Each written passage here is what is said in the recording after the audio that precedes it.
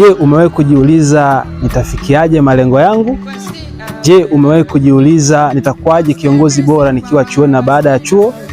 Au umewahi kujiuliza nitafikiaje mafanikio ya kifedha nikiwa bado mwanafunzi?